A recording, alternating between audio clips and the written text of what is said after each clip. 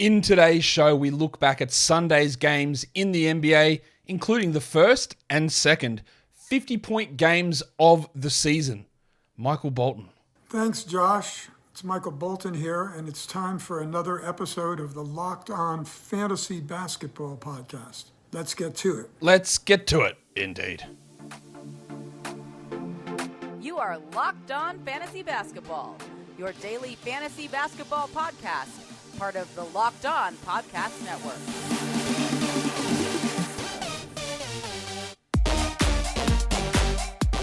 Hello and welcome to the Locked On Fantasy Basketball Podcast, brought to you by Basketball Monster. My name is Josh Lloyd, and I am the lead fantasy analyst at basketballmonster.com. And you can find me on Twitter, as always, at redrock_Beeble, and on Instagram at Locked On Fantasy Basketball. Also on TikTok at redrock_Beeble as well. Today's episode is brought to you by LinkedIn. LinkedIn Jobs helps you find the qualified candidates that you want to talk to faster. Post your job for free at linkedin.com/LockedOnNBA. Thank you also for making Locked On Fantasy Basketball your first listen every day. We are free, and we are, of course, available on all platforms. What a wild day in the NBA. Did you win your fantasy matchup? Please let me know down in the comments here on YouTube below if you did happen to win your matchup. Hopefully you did. Hopefully you didn't get wrecked playing against two of the 50 boys today, Joel Embiid or Darius Garland, or even Shai Gilgeous-Alexander. They drove some absolute monsters. We'll see which of those guys later in the show gets the monstrous line of the night. Did a waiver wire show earlier in the day, so we're not going to do most added and most dropped players in this show. You can go and check out the waiver wire show to find that out, and then we'll get back to that, of course, tomorrow. We've got news to cover. We've got games to preview. Review. Review is the word. So, Warnie. Let's get it on, Gilly.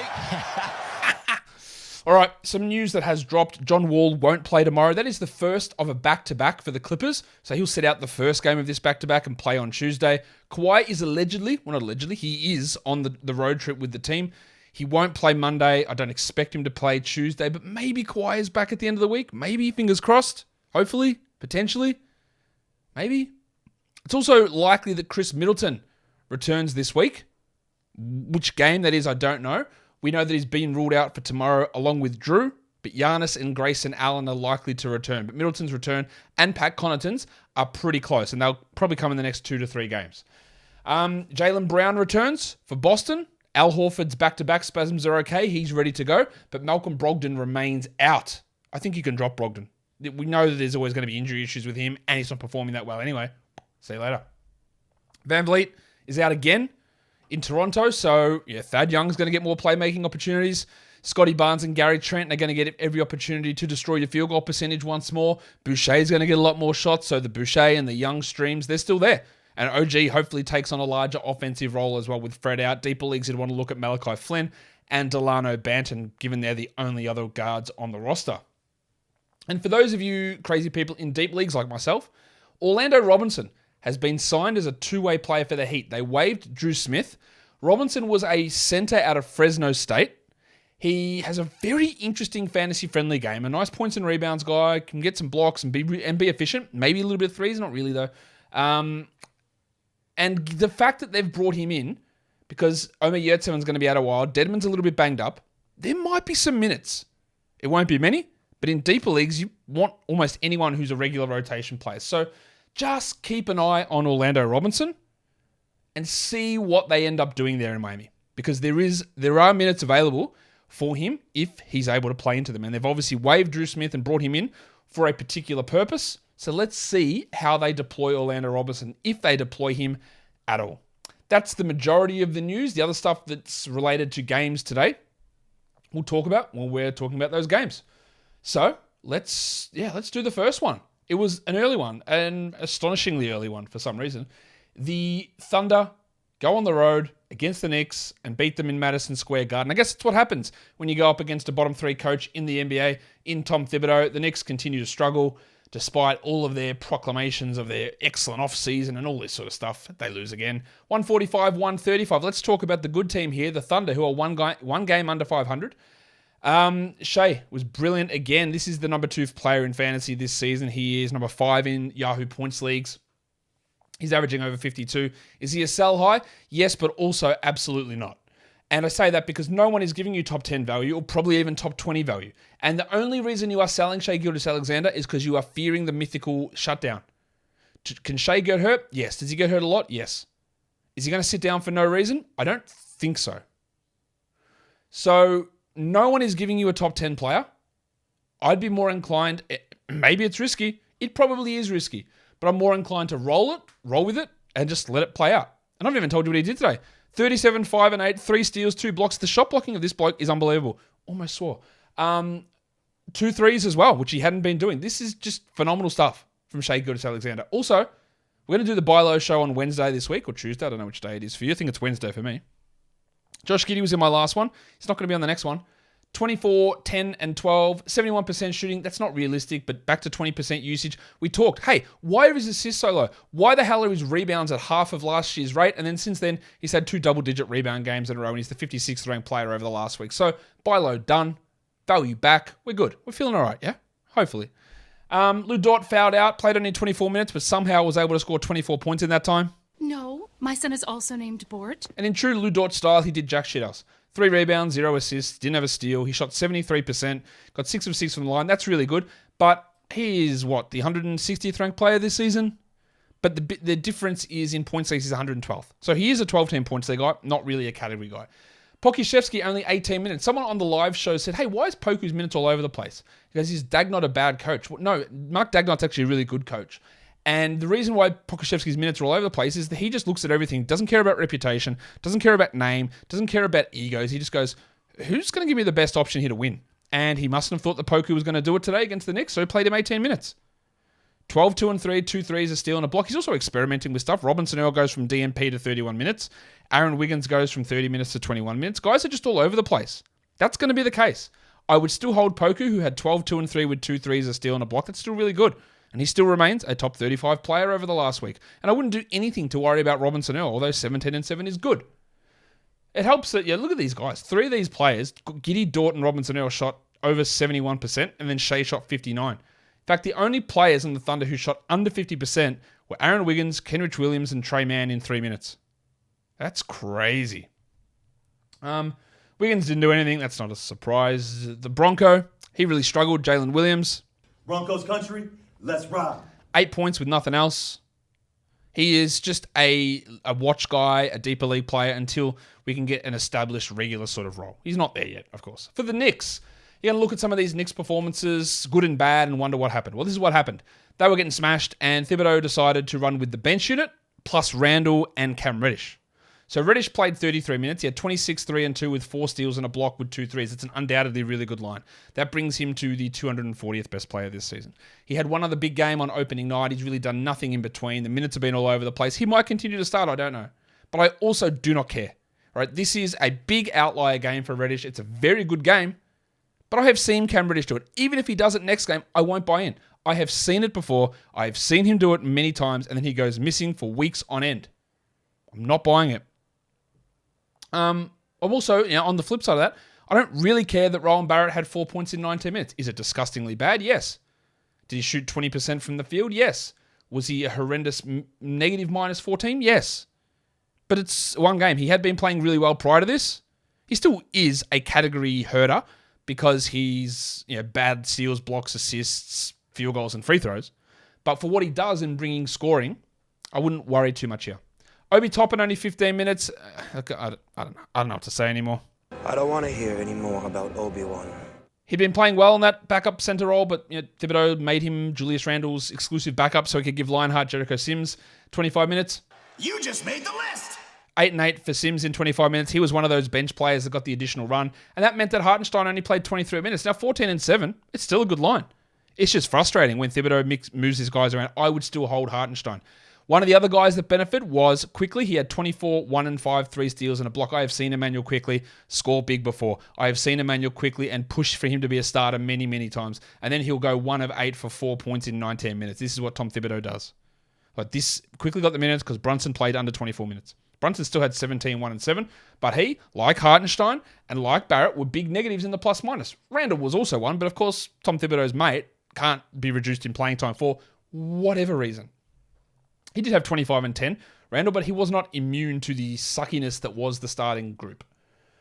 Yeah, so don't react to this for quickly. Don't react to it for Reddish. Don't react to it for Sims. Don't react to it for Barrett. Don't react to it for Hartenstein. It's a weird game by a bad coach. Also, Quentin Grimes is so far away from even having 16-team league value.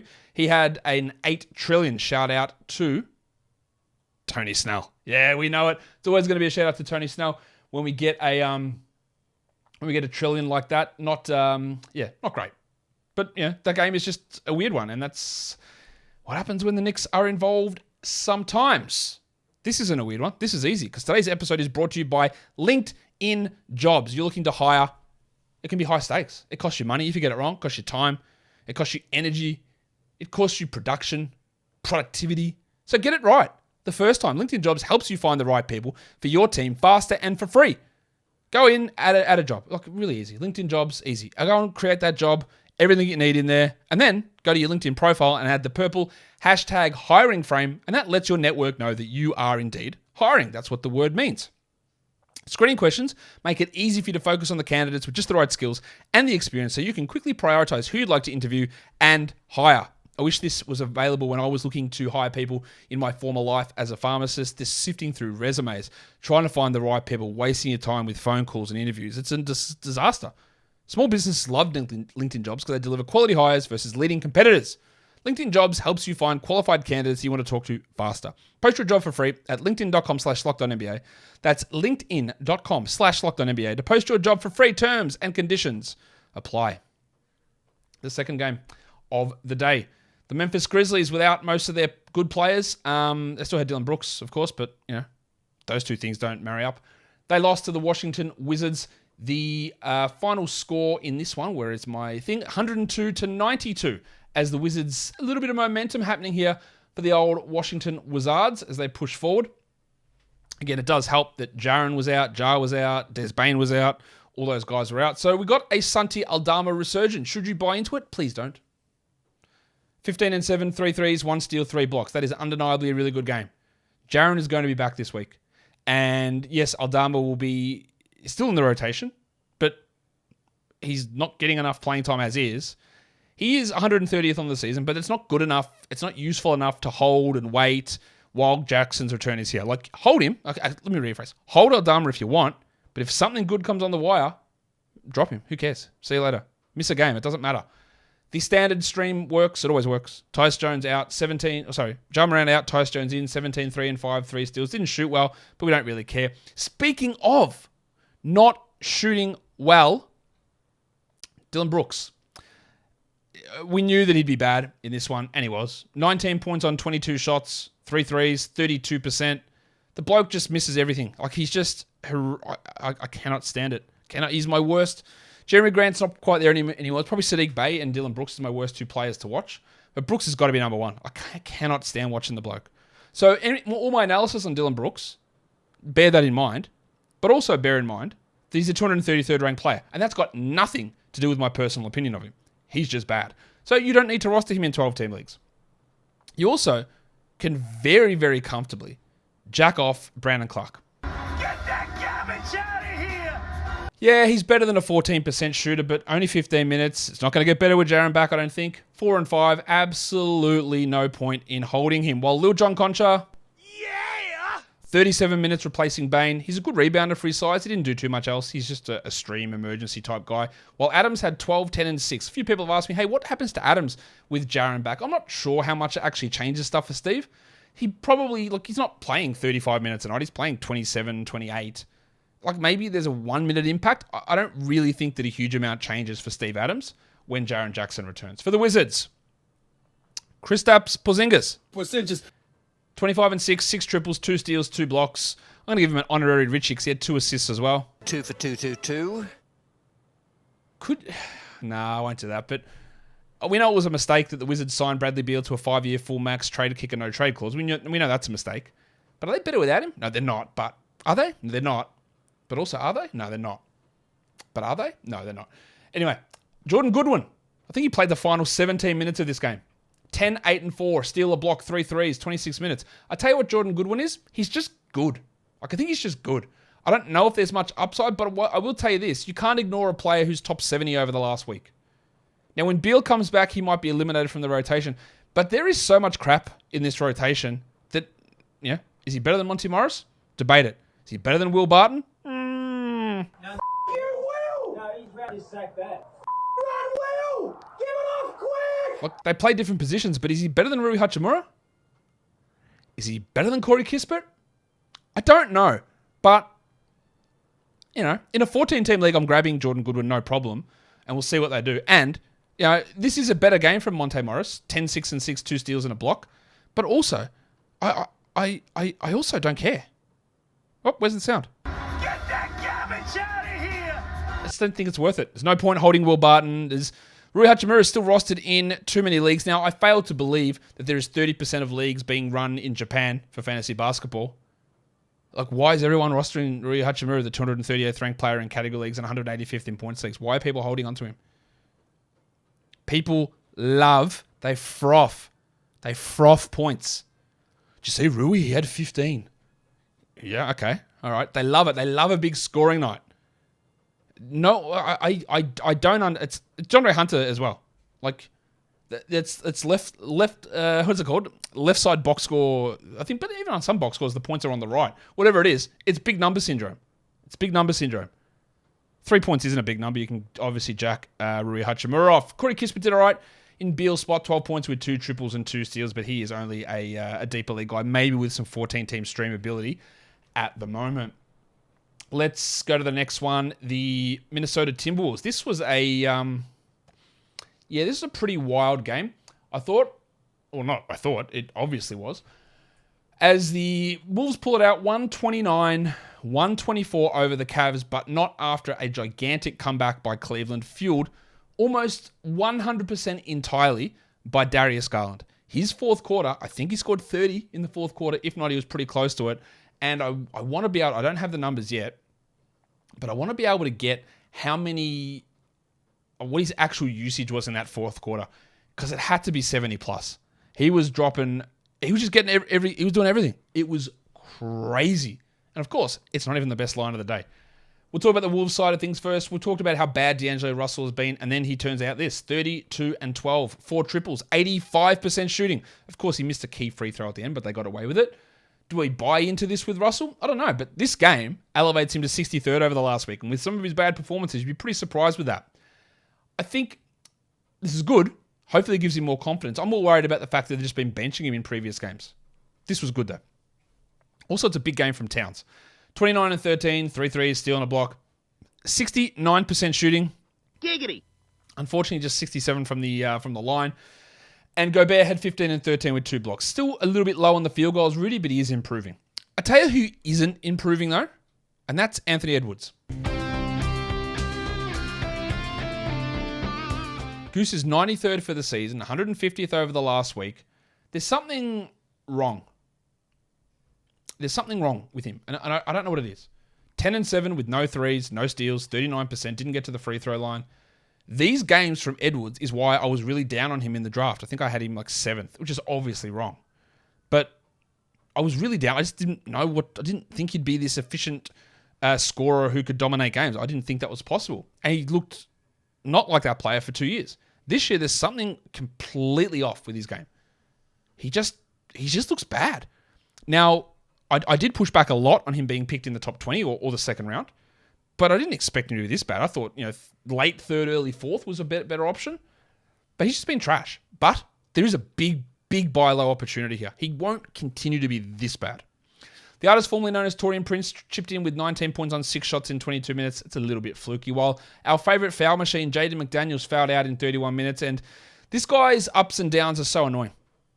9-2 with 1 steal and 0 blocks. His rebounds, they're always going to be low. The scoring changes. The defensive stats change. He's a top 100 player for the year. Points leagues, points leagues, see you later. 12-10 points leagues, do not worry with Jaden McDaniels. He's 147th. You're better off streaming it. Right? He's going to be so up and down that I don't think you need to hold. But category leagues, with his ability to provide defensive stats, there is something there. But you're going to be baked with frustration all season with him. I am pretty sure. The Cavs. Let's talk about Garland. 51 points, 10 triples, 6 assists, and 2 steals. 52% from the field. He was 10 of 15 from 3. Unfortunately, just 69% from the line, which is frustrating. Giggity. But he was amazing. And we talked about, there was a few poor games from him. He didn't look right. His knee was off. He's sick. He was sick. His eye was done. This is great. He's not going to be like this every night because, of course, Donovan Mitchell was out. Jarrett Allen was out. Dean Wade was out. But he carried this team hard. It's good. It gets him back on track. Dracaris LeVert. 13, 5, and 5 in 28 minutes. I don't think he'll be a 12-team league player when Mitchell plays and when we get those two rolling together, but this was solid. Well, Love played 29 minutes, 15, 5, and 4, 27% is rough. I think he's okay for 12-team leagues, but the upside for Kevin Love is pretty low. Evan Mobley, speaking of buy lows on young players, it's there for him. 4 points, yuck. 13 rebounds is good, but 25% shooting, but a usage of 12. We thought there might be some struggles with him getting usage this season with Mitchell around and not being able to take that second year step forward in usage. I didn't know how he would get the shots, but he's regressed a lot, like a lot of second-year players have this season. It's not a sophomore slump. It's not a sophomore slump because I can go through and find you 10 second-year players who have improved significantly. But the good ones have actually dropped, well, not the good ones, the top 3 rookie of the years, Cade, Mobley, and Barnesy, have all fallen away. I think they'll get it on track, but they are struggling a little bit here. With all those players out, we got 28 Discman minutes, C.D. Osman, 14, 4, and 2 in 28. And we also got a 30-minute start from Lamar Stevens, 15 and 6, 50% shooting. I would not buy into that, at all. Not even close to getting excited about Lamar Stevens providing anything for me. Today's episode is also brought to you by BetOnline.net, the number one source for betting info, stats, news, and analysis. Get all the latest odds and trends for professional and amateur leagues over at BetOnline.net, from football to basketball, soccer, and esports. We've got it all at BetOnline.net. And they're always the fastest and easiest way for you to get your betting fix. Now, we all know that the Dolphins are going to the Super Bowl, so you can get your bets on over there at BetOnline.net. We can also check, we've got a bye next week. That's an Al. Got to adjust my fantasy team because I've got Jalen Waddle, but no Dolphins, but we can check out their Super Bowl futures. You can also check out the odds of the Buffalo Bills bouncing back after that crazy game against the Vikings. They're 9-point favorites against the Cleveland Browns for next week. So head to the website today or use your mobile device to learn more. BetOnline is where the game starts. All right, so that was crazy from Darius Garland. Let's go to another game with some insanity. The Jazz and the Sixers. A good win for Philadelphia here. They win it 105-98, the final score. Malik Beasley keeps on rolling. 18 points with 4 threes. Again, it's all about threes and volume for him. 4 rebounds, 2 assists doesn't really do much for us, but he's playing really well. And you can roll with him. I don't think it lasts, but you can roll with him. Olynyk played 29 minutes, 19 and 6 with a steal. Just solid enough. Be a little bit worried about Jared Vanderbilt. Only 24 minutes, 9 and 10, 3 assists, didn't close out the game.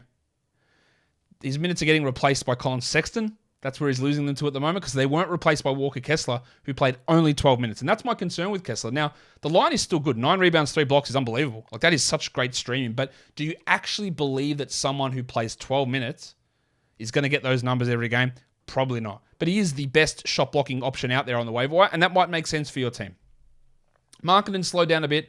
15 and 10, and Clarkson, the man on the street, had 12, 5, and 3. JORDANCLARKSON. Yeah, they're not great lines. They're not terrible. Well, Conley's was pretty bad, 3 points, but he did chip in with 8 assists. Well, Colin Sexton, 1 of 5 from the line. That hurts. He had 15 points, but no threes, 2 rebounds, 1 assist, 1 steal. When we talk about category league value for Colin Sexton, this is what we mean. He can score, but low threes, low rebounds, low assists, low steals. It hurts in so many areas. And that's what has led him to not even a top 175 player this season.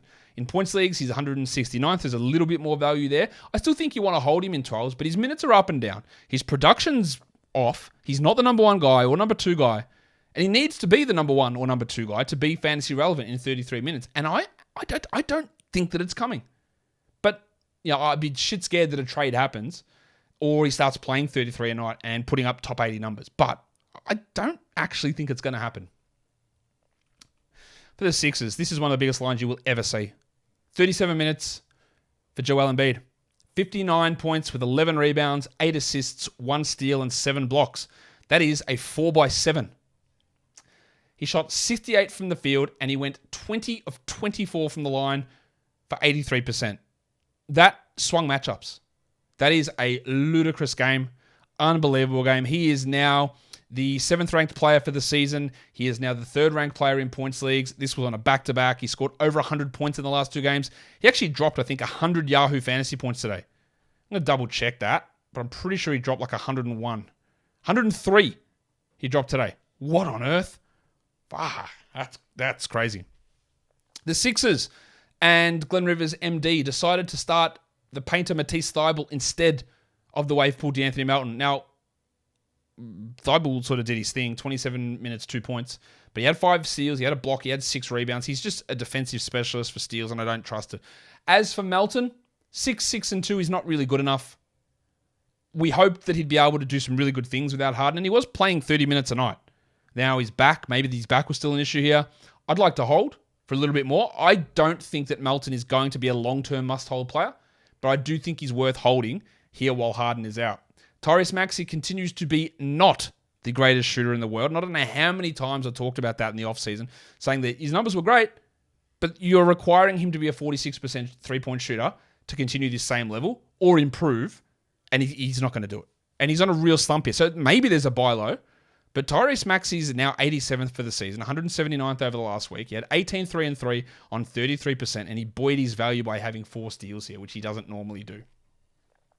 The Thick Hogsman has also been buoying his value with steals this season.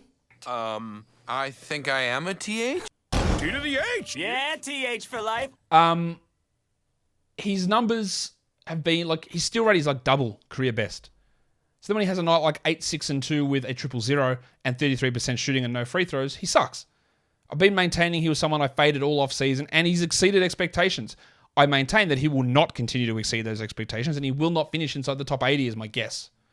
He's 60th at the moment. He's 72nd in points leagues. I think there's going to be more drops coming from Toby Harris. Georgie Niang had 5 points with a triple, and that's really all there is to talk about with the old Philadelphia 76ers. But just honestly, a marvelous performance, an unbelievable performance from Joel Embiid.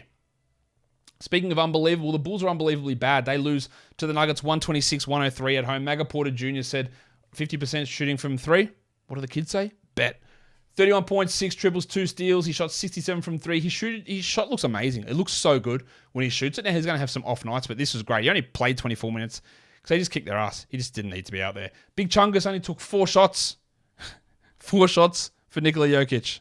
Big Chungus, Big Chungus, Big Chungus. Jokic is now the 4th ranked player this season. He had 8, 6, and 14 with 3 steals. He had 10 assists in the first half. Only 28 minutes. They killed him. No Bones Highland, so Bruce Brown remains a streamer. 12, 11, and 6. And the headmaster, Jamal Murray, had 23 with 2 threes, 2 rebounds, 2 assists, and 2 steals. That gets a Richie as well. 2 for 2. Christian Brown was out of the rotation last game. Played 26 minutes here. Thanks, Doctor. 9 points in 26 minutes with 2 steals for Brown. Not something we need to care too much about. While Aaron Gordon and Kentavious Caldwell-Pope were middling. 13, 5, and 2, 10, 3, and 2 for Gordon and KCP respectively. They probably both are 12-team league guys for now, but realistically only sort of back-end guys. DeAndre Jordan continues to be the worst player in the NBA, a title he has now held for 5 consecutive seasons, I believe. On to the Bulls. Patrick Williams, 15 and 4, 2 threes, 1 steal, 2 blocks. That's good enough to hold, but the Bulls don't play. They play 2 games this week. They don't play until, is it Friday they play? Anyway, no, that's not this week. I think I'm getting my schedules confused. If you just play with yourselves for a second, and I'll bring up the schedule and have a look exactly what the Bulls look like for this week, so I don't pass out false information. Where is the Bulls and their schedule for this week? No, they do play 2 games this week on Wednesday and Friday, both high volume days. So is it worth you holding on to him? I don't know. I don't know if his upside is good enough to deal with a 2-game week. I'll tell you whose upside isn't good enough to deal with a 2-game week, and I know I'm going to cop it, and I know I'm going to regret it, but let's all jack off Ayo Dosunmu. Get that garbage out of here! When Levine sits, sure. If Caruso's out, no worries. But as I have maintained, a low-usage point guard who is getting by on 60% 2-point shooting, which doesn't feel like it's real, is going to lose value. Dosunmu is the 119th ranked player now. He's fallen outside the top 100 in a points league. See you later. Absolutely no problem. He had 7, 2, and 4 with 2 steals on 33%. He's really falling away. And with only 2 games this week, I don't think if you drop him, who's going to rush to scoop Dosunmu? Probably no one. Especially with Goran Dragic playing him game by game. Andre Drummond had a 22-minute double-double, but I don't really think there's much more to that apart from streaming. DeRozan had 16 points. He struggled a bit. It wasn't great. Levine had 21, 5, and 4. Fine. DeRozan is now 68th over the last week. Dragic playing pretty well, 11-1-6. He's just like a nice 14 to 16 team league guy, while Vooch had put together some good ones, but now that's bad. 9-6, no other stats. 23 minutes, Jokic killed him. It was just a bad game. I think this Bulls team is legitimately just bad. And I don't think I predicted them for the playoffs in the preseason. I think they're just actually bad, and part of the reason they were able to be good last season was a player by the name of Lonzo Ball, and I don't know when he is returning. And that's a problem for them. All right, next one is the Warriors. They go down to the Kings. Their troubles continue. The Kings looking a little bit better. Steph doesn't really have any troubles, but the trouble is that they're having to play him so many minutes, and he has to carry such a large load for them to still lose. 27, 6, and 4 in 37 minutes for Steph. I expected the Warriors would be able to coast a little bit this season, that Steph wouldn't shoot these unbelievable numbers that he has been, but he has, and me having him at like 9 looks stupid. Simple as that. Will he be able to continue at this pace? I don't know. It worries me a little bit, but he's looking great. Wiggins is also really, really solid here. 24 points, 3 triples and 2 steals. Still not convinced that he's going to be a top 50 guy, but that's what he has been. Well, it was a better game for Klay Thompson. 32 minutes, 17 and 7, 5 triples. Still not a top 200 player for the season. Better in points leagues. And I still would hold him in 12-teamers, but he's going to sit tomorrow most likely. Really like this from Looney, 29 minutes. 8 and 10 with 2 blocks. Really solid stream for tomorrow. But let's talk about Jordan Poole, because it's a real worry, isn't it? Because 18 points looks good. But he played just 20 minutes. 20 minutes. I had concerns heading into this season for Poole. How's he going to go as a backup? Can he ever hit 30 minutes regularly? The answer to those two things have been, how's he going to go? Bad. And will he hit 30 minutes? Not really. But I didn't think it'd be this bad. He only played 20 minutes in this game, not because he had foul trouble, not because he was hurt, really. He just got cooked on defense, and they just didn't want him out there, really. And that's what it boils down to. They want other players out there. Now, the 18 points and 3 threes is still good, but he's not a top 140 player this season. He's not a top 100 points league guy. I think you got to stick with him. But that top 60, top 70 thought that we may have had, or some may have had, I don't think I had him in there. I'm pretty sure I didn't. I didn't end up with him on any of my teams, so that would suggest I didn't. We've got to reassess that, because he just struggles in this role, whereas last year he played as a starter for 80% of the season. Kuminga had 3 points in 14 minutes. Wiseman continues to be a DMP. So people are still holding Wiseman. Yeah. Get that garbage out of here! For the Kings, some big games. Sabonis, 26 and 22 with 8 assists. Of course, he didn't block any shots and he was bad from the line, but that's still a really good game. After a slow start, he's turned it around. De'Aaron Fox was also really, really good. 22, 4 and 8 with 3 steals and a block. And finally, 37 minutes for Keegan Murray. 21 points, 5 triples, 3 steals. He's not going to be this good every night, but he did this on only 19% usage, and that's a really big step forward. This is why I wanted to hold him to see where it goes, and it went well. Vanderpants had 17, 5 and 4. Kevin Huerter with 4 triples, continue to hold him, while the pencil Harrison Barnes. Barnesy!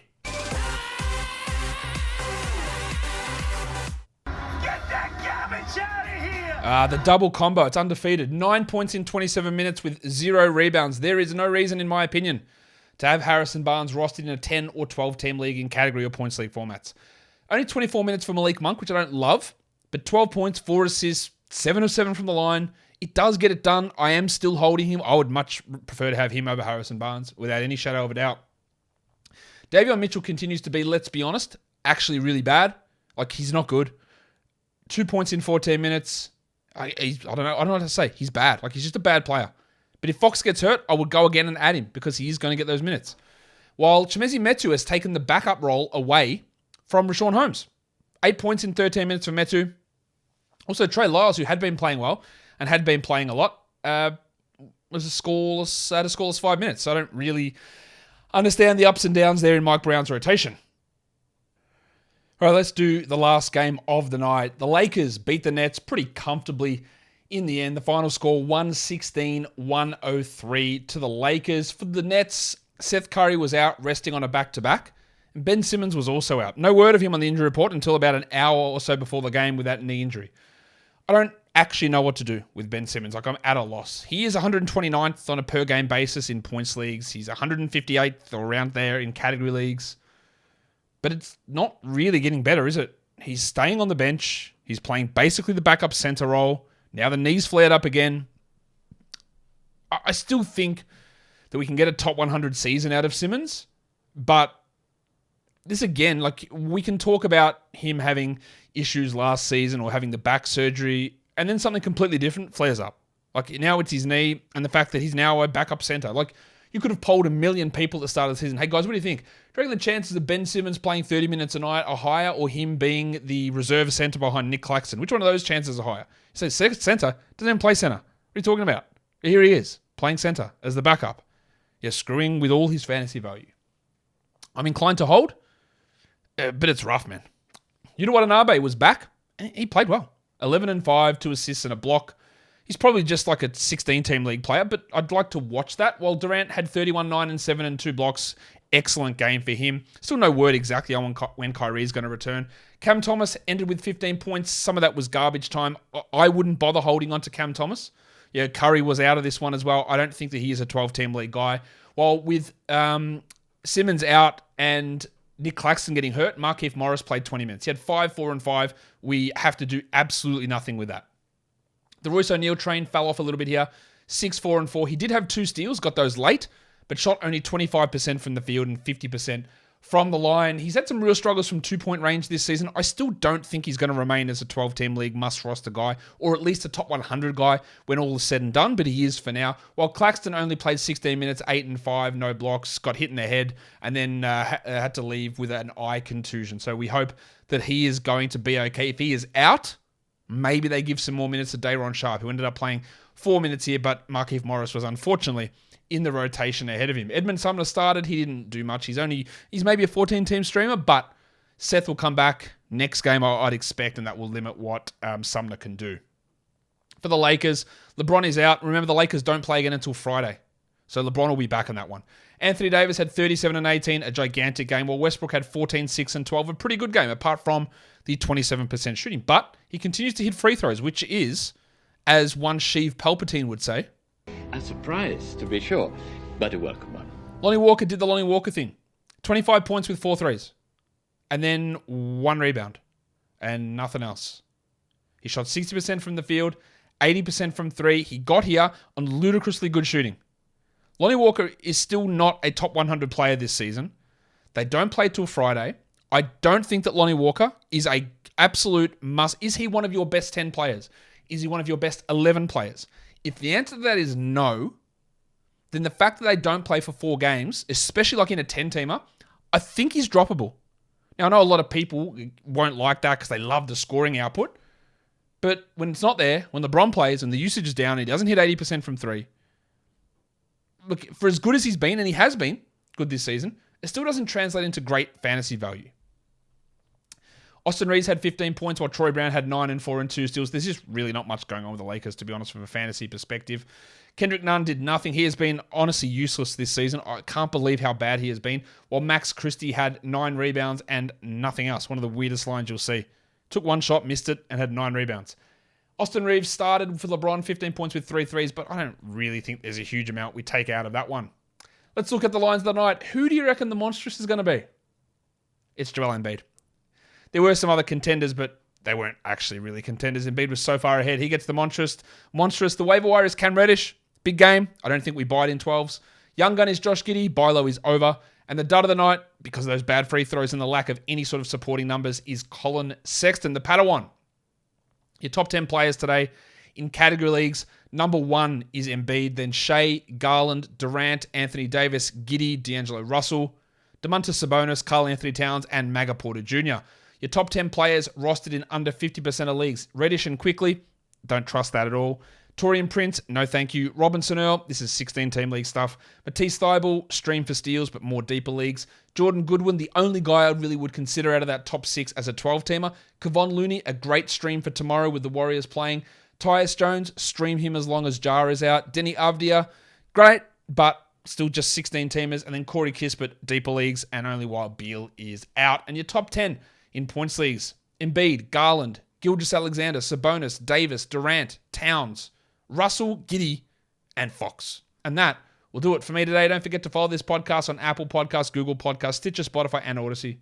And on YouTube, thumb it up and leave your comments down below, guys. we are done here. Thank you so much for listening, everyone. See ya.